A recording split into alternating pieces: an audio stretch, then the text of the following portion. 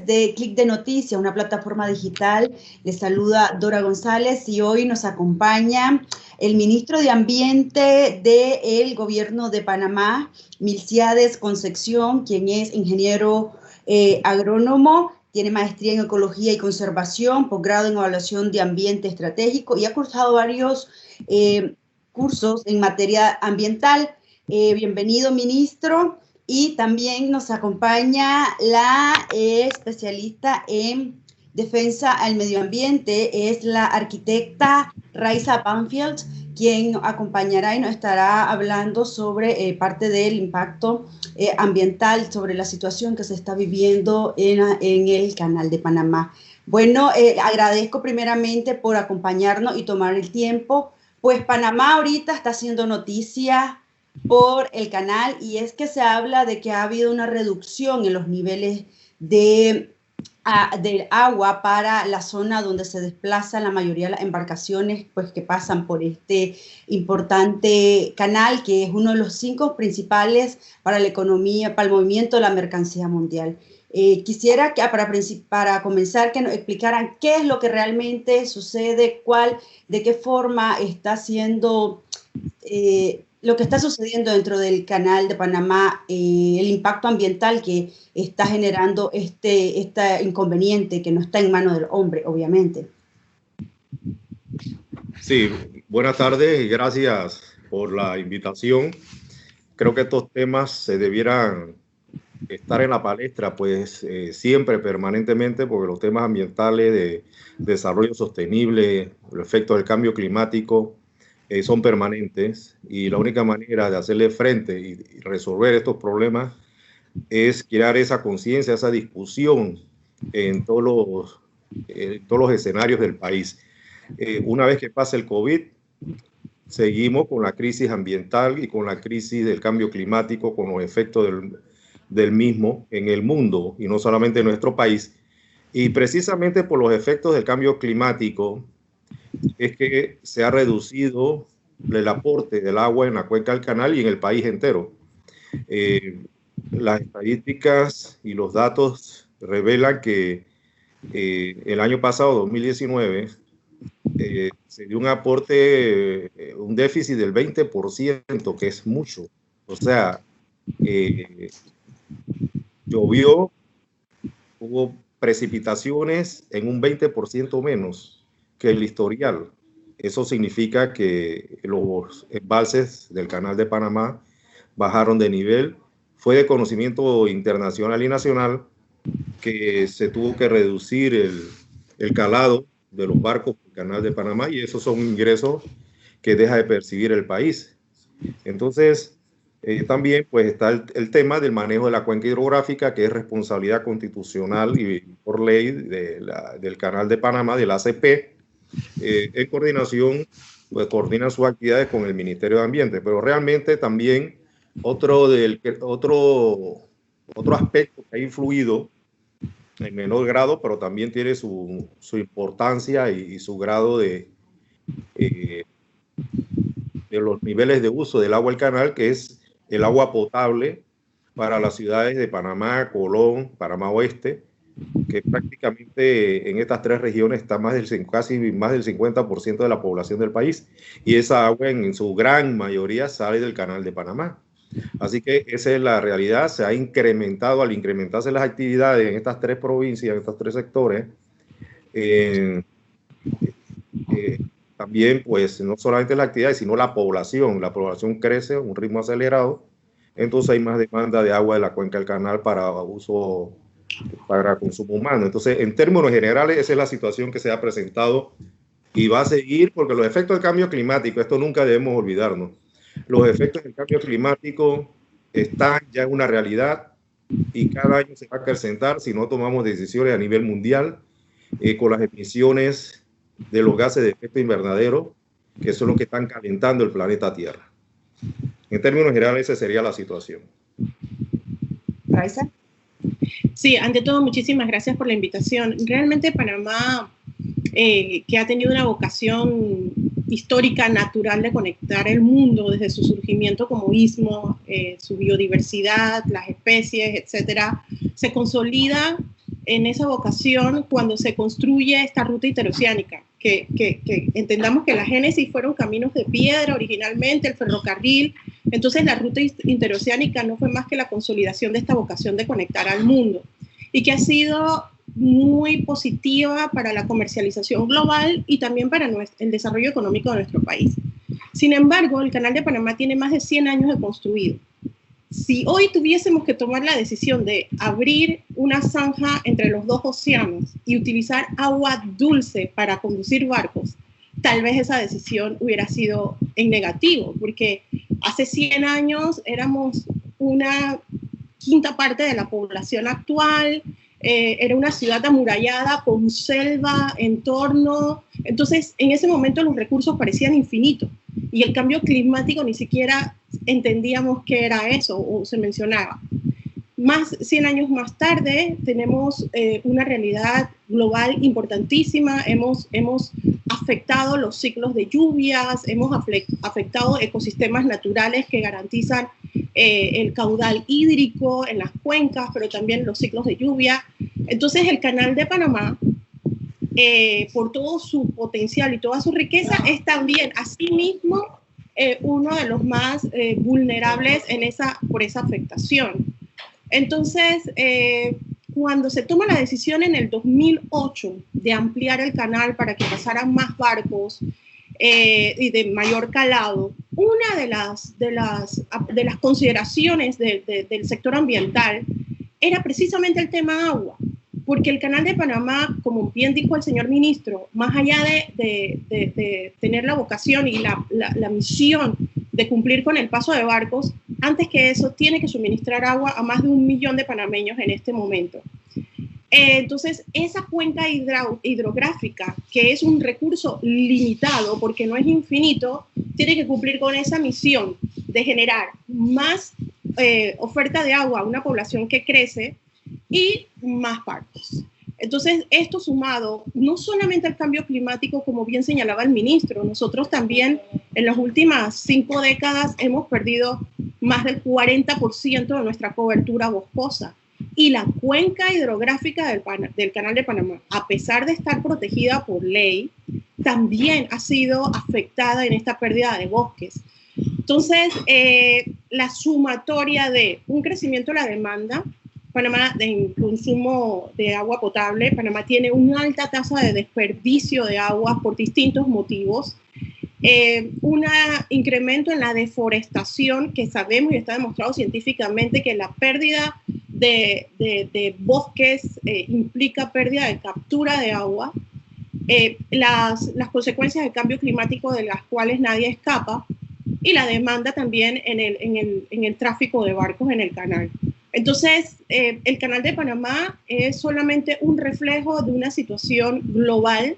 Se sabe que el mundo está tendiendo cada vez más hacia un estrés hídrico, en donde se estima que en el 2050 el 80% de la población, perdón, el 50% de la población mundial va a vivir bajo estrés hídrico.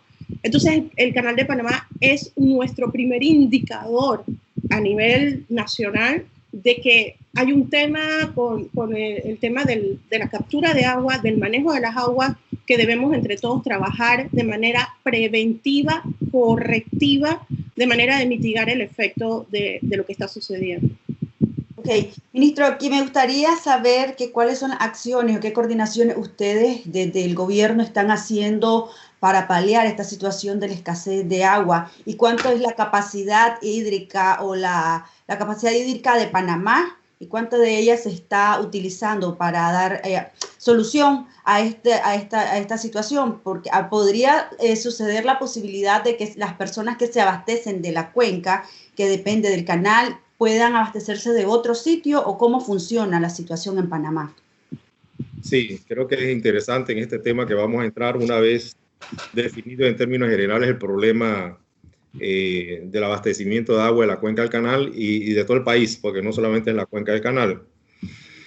Y hay dos aspectos que Raiza también pues lo tocó: el problema del cambio, los efectos del cambio climático que lo estamos viviendo en Panamá y en el mundo, y el problema ambiental del Panamá, del país. Una de las grandes tareas de este gobierno a partir del 1 de julio y está del año pasado y está consignado en el plan de acción ambiental del plan de gobierno es enfrentar la deforestación. Uno de los grandes males de nuestro país y de la gran mayoría de los países que aún conservamos una riqueza de bosques es la deforestación. De ahí se desprende una serie de efectos ambientales que van a dar hasta el mar, hasta los recursos marinos costeros, pero tienen gran efecto, inclusive ahora con estas pandemias, la alteración de los bosques, la destrucción de los bosques, y está demostrado, los virus, bacterias de la grande pandemia provienen de animales de nuestros bosques, porque hemos alterado nuestros bosques. Muchos científicos coinciden en que el problema del coronavirus proviene de un murciélago. Todavía no está 100% comprobado, pero muchos apuntan hacia eso. Y en Panamá, nosotros, desde los primeros meses, hicimos una moratoria de 1 año que se vence ahora en octubre, creo. Y estamos analizando si posponerla para ordenar la tala legal, porque hay una tala legal y hay una tala ilegal. Claro. Los estudios que ha hecho el Ministerio de Ambiente es que la tala ilegal es la responsable del 90% de la deforestación. En la tala legal, que es el aprovechamiento forestal, se aprovechan 3 árboles maderables en 1 hectárea, más o menos un promedio. O sea, no es una tala rasa como es en la tala ilegal.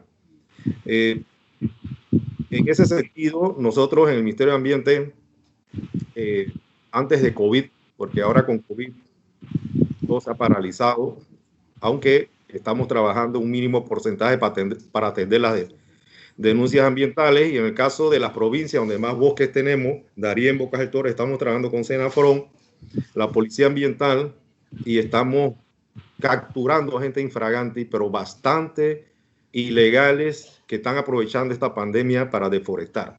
Entonces, también estamos terminando un borrador de un proyecto para ver si implementamos el sistema de pago por servicios ambientales en Panamá, como ha hecho Costa Rica desde la década del 90 y tanto del siglo pasado, que le ha resultado bastante, y por eso están recuperando los bosques. Costa Rica en el 50, 60, en la década del 50 y 60 del año pasado, del siglo pasado, tenía un 30% de sus bosques. Hoy ya tiene como 60, 70%. Y es precisamente por eso, porque paga para que la gente no tumbe los bosques y los cuiden, y la regeneración natural también se paga para que las áreas deforestadas se regeneren. En Panamá tenemos también gran capacidad para hacer eso. Según los últimos análisis nuestros, en diciembre del año pasado, aún conservamos el 60% de nuestros bosques, que es bastante, pero tenemos que detener, y los programas que estamos haciendo y las alianzas con las comunidades, con la empresa privada, ONGs ambientales, está dirigida a eso, a detener la deforestación, más otros elementos pues, que integran los instrumentos de gestión ambiental. En la Cuenca del Canal estamos coordinando estrechamente con la ACP también para detener la deforestación. El Canal de Panamá tiene pagos por servicios ambientales y programas agropecuarios también, que es la causante, nuestros agricultores, de la deforestación. Pero también hay otro elemento importante. Se han hecho estudios y en estos momentos estamos haciendo unas reuniones para analizar el potencial de ríos, no solamente el Río Indio, sino Coclé del Norte y otros, para ver cómo traemos agua en la cuenca baja, casi cercano a la costa, donde no afecte nuestros ecosistemas, y no con presas ni nada de eso, sino puede ser con tuberías, agua de cuencas aledañas en la vertiente del Caribe, que llueva más, para alimentar los embalses del Canal de Panamá. Esa es una opción que estamos viendo, porque se estaban estudiando Río Indio, Bayano, pero no se habían tocado esas alternativas de otros ríos en la provincia de Colón y en Coclé del Norte, que son hasta más baratas, más viables y menos impactantes, obviamente considerando los aspectos ambientales. El Ministerio de Ambiente está siendo muy vertical en la aplicación de las normas, tanto para proyectos estatales y para proyectos municipales, y proyectos privados. El Ministerio de Ambiente ha cerrado proyectos estatales, ha cerrado proyectos de empresas millonarias por 3, 4, 5 meses hasta que se adecúen. Y ese es nosotros consideramos que es importante que las normas ambientales se cumplan, porque una de las causas de la destrucción de nuestros recursos es precisamente que no se cumplen las normas ambientales. Así que en términos generales, diríamos que esas son las dos vertientes que estamos analizando como gobierno y la ACP para hacerle frente al problema ambiental de cambio climático sobre el abastecimiento de agua en la cuenca del canal. Y desde la sociedad civil, Raiza, ¿qué acciones están tomando? Porque aparte de las acciones gubernamentales que se pueden ejecutar en cualquier parte del mundo, clave como sociedad civil, organizaciones que estén aportando también a este trabajo. ¿Están conscientes los panameños de la responsabilidad que conlleva aportar a estos proyectos? Bueno, primero que todo, yo secundo todo lo que ha dicho el señor ministro y en efecto tengo que reconocer que les tocó tomar medidas muy de urgencia una vez que asumen la responsabilidad gubernamental hace algunos meses. Sin embargo, yo tengo que añadir otras cosas y tengo que decirlo también con conocimiento de causa desde la gestión pública, porque me correspondió ser la vicealcaldesa de la ciudad los pasados 5 años y tuvimos conflictos importantes entre el gobierno local y el gobierno nacional en función de las políticas de obras públicas, por ejemplo.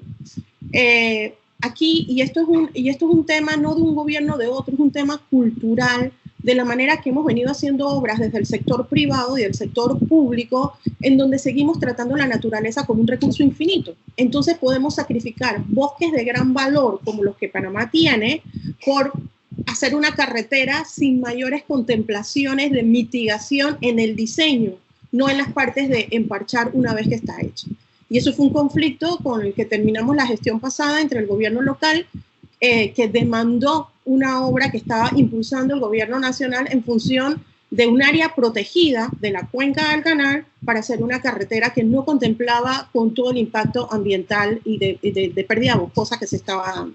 Eso para poner un ejemplo que más allá de lo que decía el señor ministro, del alto porcentaje de bosque que se pierde por la tala legal, también se pierde, ilegal, perdón, también se pierde por otro tipo de emprendimientos que no es solamente la tala ilegal. El sistema agropecuario de Panamá es un gran impulsor de la pérdida boscosa. Entonces, uno ve como, por ejemplo, la frontera agrícola del país, que estaba en el área central y hacia el oriente, ahora se va extendiendo hacia el área, a uno de los bosques más importantes que tiene el continente, que son los bosques del Darién, que es donde está este tapón entre las Américas, ¿no? Entonces estamos perdiendo bosques importantes porque la frontera agrícola se está extendiendo hacia el Darién. Entonces eso no contabiliza tanto como tal ilegal, porque si legalizas la actividad agrícola, entonces lo lógico es talar para hacer las fincas, por un lado.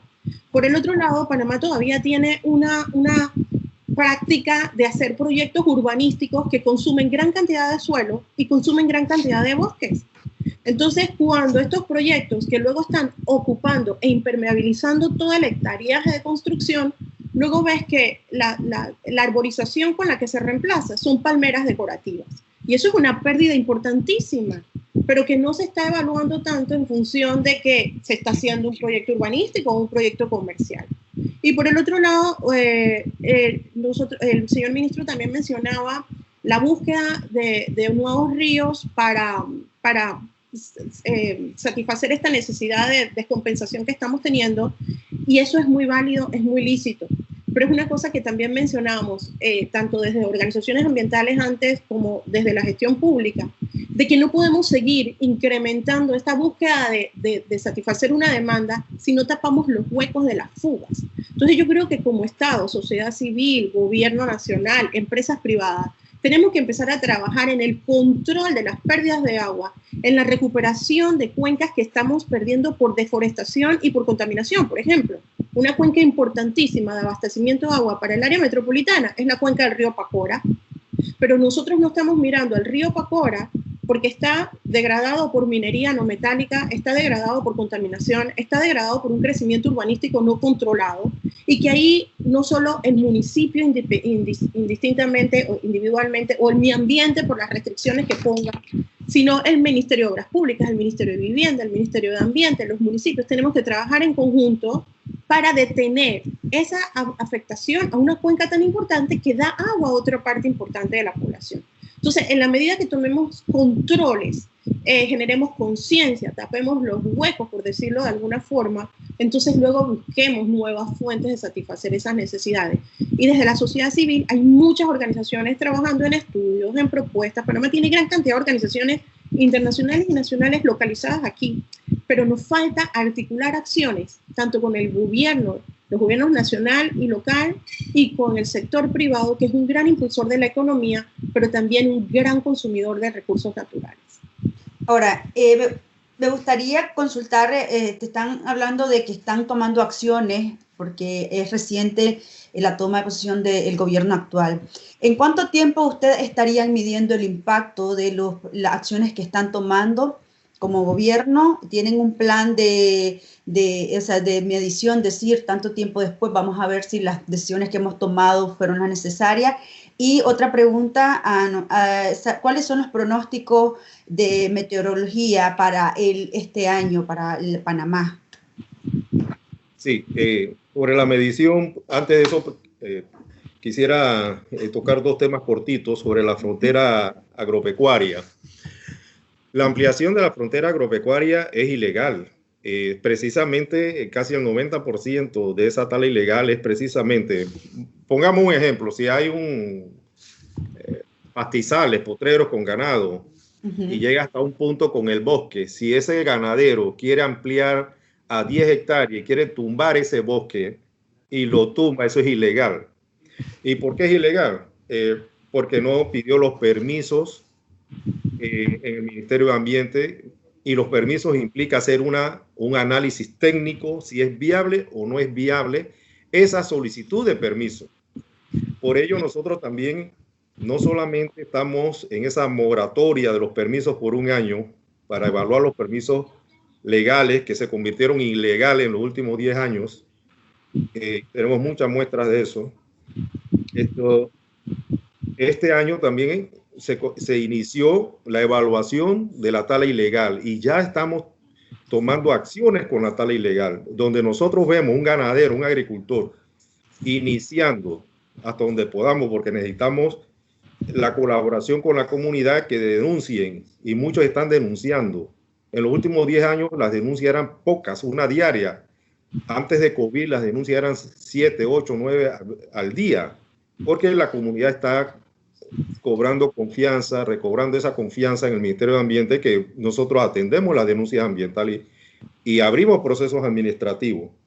Entonces, la ampliación de la frontera agropecuaria sin permiso es ilegal. Y ahí, repito, le estamos cayendo fuerte, y por eso también llamamos siempre a la comunidad para que denuncie esta actividad. El otro caso es, por ejemplo, en Pacora. Nosotros en Pacora, antes de COVID, terminamos una evaluación ambiental rápida de esa cuenca hidrográfica en conjunto con la comunidad, que nos pidió que hiciéramos algo como Ministerio de Ambiente, porque definitivamente esa cuenca hidrográfica es un desastre ambiental y hay una toma de agua, etcétera, etcétera. Se dan inundaciones en la cuenca baja y tenemos que tomar cartas en el asunto, y estamos en eso. Si no se hubiese dado este problema de COVID, ya hubiéramos tomado acciones, porque ya teníamos un diagnóstico que creo que está casi en un 99% terminado, solamente faltaba las aprobaciones a lo interno del ministerio. Y en ese sentido, pues estamos tomando cartas donde podamos. Este es un problema histórico que ha sido siempre, Raiza lo mencionó, y definitivamente que nosotros en 5 años podemos solucionar muchos problemas, sentar las bases para la solución de lo mismo, pero jamás vamos a resolver al 100%, que desde el año 60 se está deforestando, 1960 se está deforestando el país.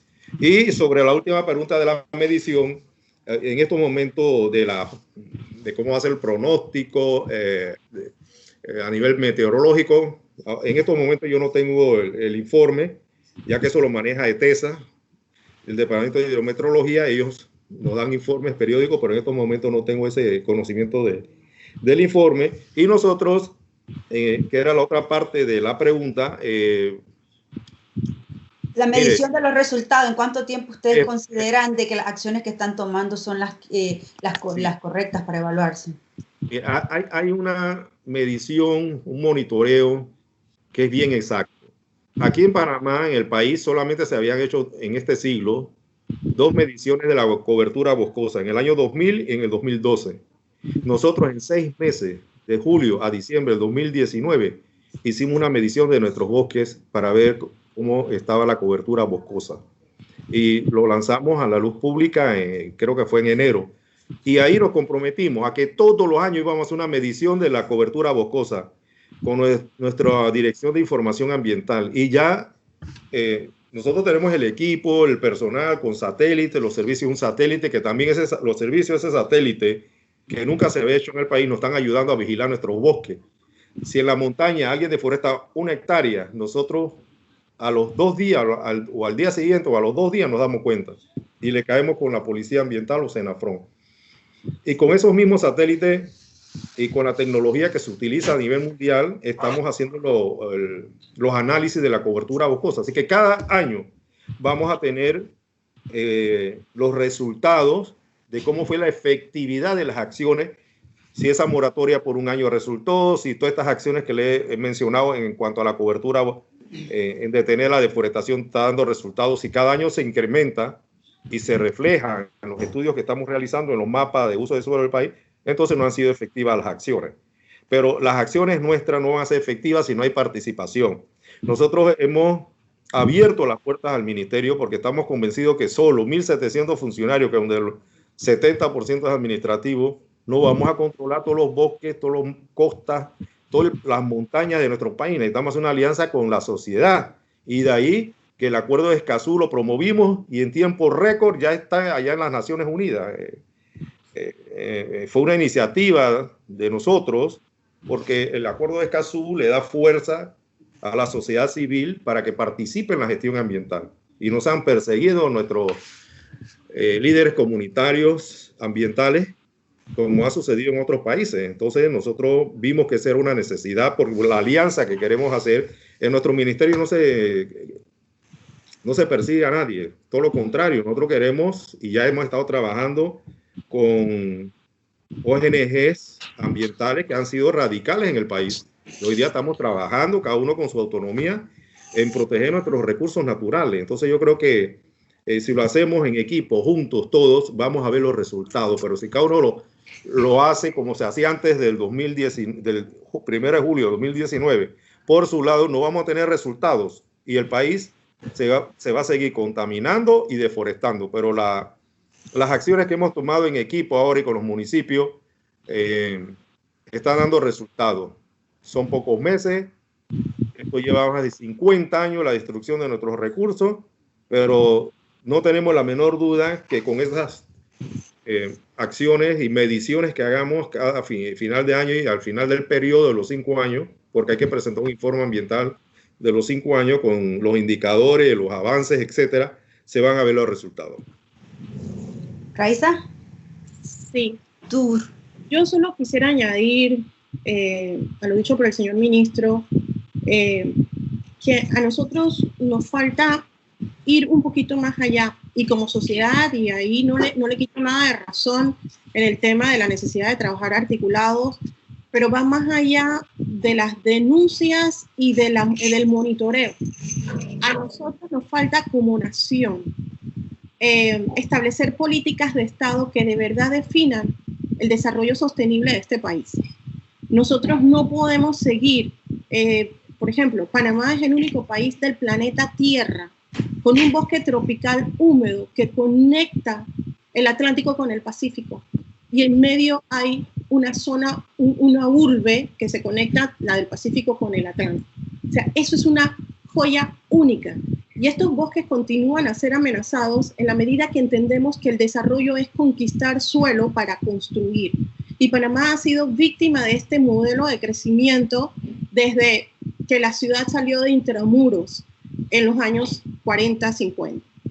Entonces, y si dejamos de ver las cosas quinquenalmente como lo que no hicieron los otros y lo que hacemos nosotros, y vemos lo que hemos ganado como Estado y podemos hacer como nación, podemos avanzar más y definir una ruta, porque pasa cada 5 años que queremos como reinventar los procesos. Si bien es cierto, una de las gestiones de mayor continuidad es la ambiental en este país, y eso es una de las fortalezas, hace falta que esas políticas ambientales trasciendan la institución ambiental y se conviertan en políticas donde, reitero, el Ministerio de Obras Públicas, el Ministerio de Economía y Finanzas, el Ministerio de Comercio estén alineados en la misma página. Las apreciaciones y aportes de la gestión ambiental, y lo digo también de años atrás, y no escapa de esta realidad, siguen siendo como un complemento a las decisiones políticas, pero no son todavía la base de la política de Estado. Y ahí Panamá nos hace falta dar ese paso de calidad para que tomemos decisiones claves sobre, por ejemplo, si nuestro desarrollo es en función del agua, de la conservación del agua, porque tenemos un canal, de la conservación de nuestros bosques, porque son únicos, son uno de los más importantes del mundo. Entonces hay otro tipo de negocios que no se pueden desarrollar, o hay tipos de desarrollos que tienen que ser mucho más conservadores en función de la protección ambiental. Tenemos que aprender a establecer límites, y en Panamá simplemente no los hay. Cuando hacemos un mapa superpuesto de concesiones diversas, áreas protegidas, proyectos de desarrollo, megaobras, veremos cómo se traslapan y entran en conflictos, incluso zonas protegidas, porque nos falta definir esa visión de desarrollo sostenible de nuestro país. Y esto es un tema de nación, no de gobierno. Así que yo sí creo, este gobierno le ha tocado muy difícil, porque se plantearon cosas y luego llega esta crisis global que, bueno, hace desviar las prioridades. Pero cuente, señor ministro, y que gracias a la oportunidad que nos da CLIC de estar en la misma pantalla, que desde donde estamos, la sociedad civil, pero también hay que sumar a la empresa para cambiar el modelo que no es sostenible, porque nuestro modelo de crecimiento, sobre todo en los últimos 30 años, no nos va a llevar a puerto seguro en materia de sostenibilidad del desarrollo y de gestión ambiental. Ok, no sé si tienen algunos aspectos que quisieran mencionar ya para despedirnos. O... Sí, si quisiera agregar alguna cosita. Definitivamente que nosotros tenemos 4 artículos en la Constitución que son uno de los primeros en Latinoamérica, en el año 72.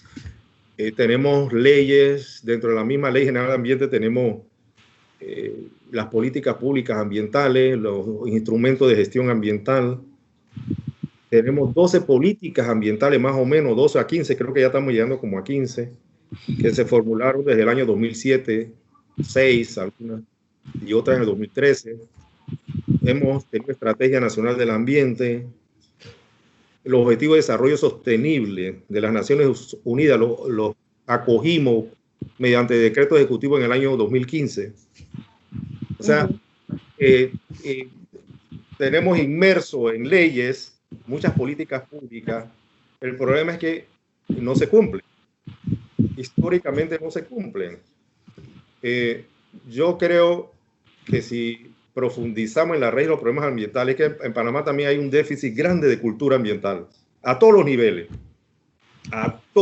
niveles, porque el sistema educativo nuestro ha fallado en una verdadera educación ambiental, para crear una verdadera cultura ambiental.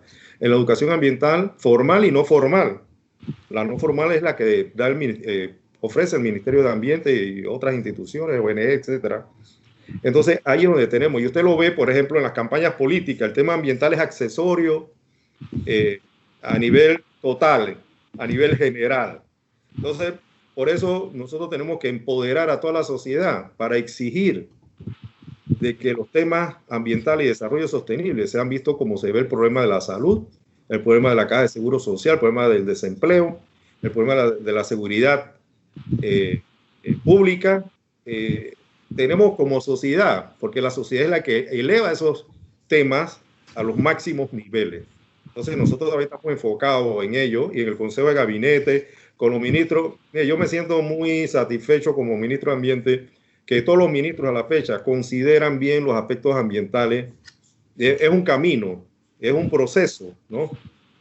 Obviamente no va a ser todo de la noche a la mañana, pero los proyectos estatales, a veces nos consulta un proyecto, no se puede hacer porque esta norma lo impide.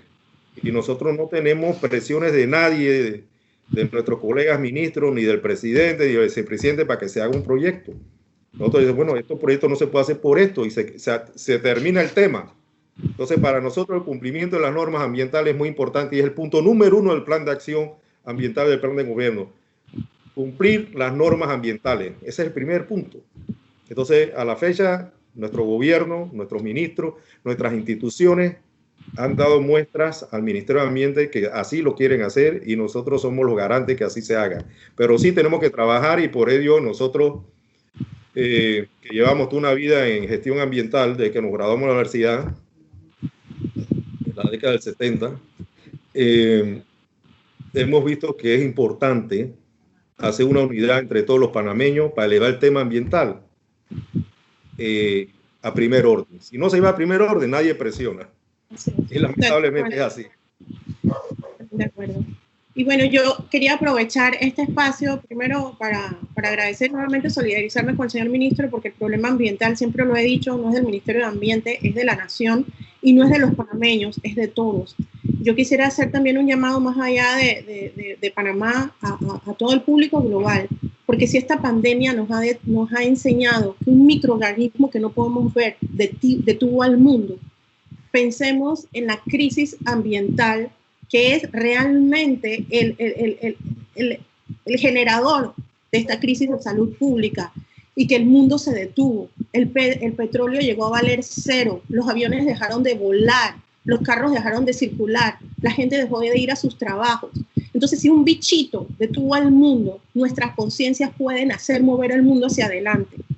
Esto ha querido demostrar que sí podemos cambiar las prioridades, cambiar el sistema en los modelos de desarrollo económico, llevar una economía circular más responsable con el ambiente, priorizar el ambiente como la plataforma para la gestión económica nacional e internacional, porque sin esto, sin el medio ambiente, no hay economía.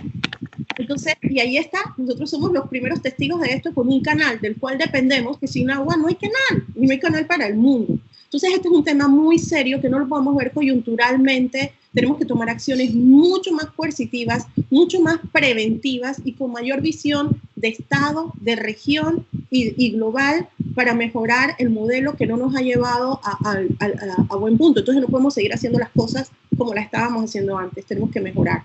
Así que gracias otra vez por esta oportunidad. Ok, quisiera agradecerle y por supuesto desde Click de Noticias solidarizarnos con todos los panameños, tomando en cuenta de que ha sido una de las naciones más afectada por la situación del coronavirus. Pues esperamos que vamos a ir saliendo pues toda la región de esta. Muchas gracias al ministro Milciades Concepción, ministro de Ambiente del actual gobierno de Panamá, al ambientalista independiente Raiza Banfield, que ha estado toda una vida detrás del desarrollo, urbanismo y medio ambiente también de Panamá. Agradecemos a nuestros seguidores y los invitamos a que continúen dándole me gusta y compartiendo la información que servirá para que seamos mejores ciudadanos de este planeta, que al final es el único sitio que tenemos que conservar y lo único donde vamos a llevarnos hasta la muerte, porque morimos y pues quedamos en la misma tierra. Pues muchas gracias y esperamos tenerlos nuevamente en este espacio de noticias. Hasta pronto. Muchas gracias.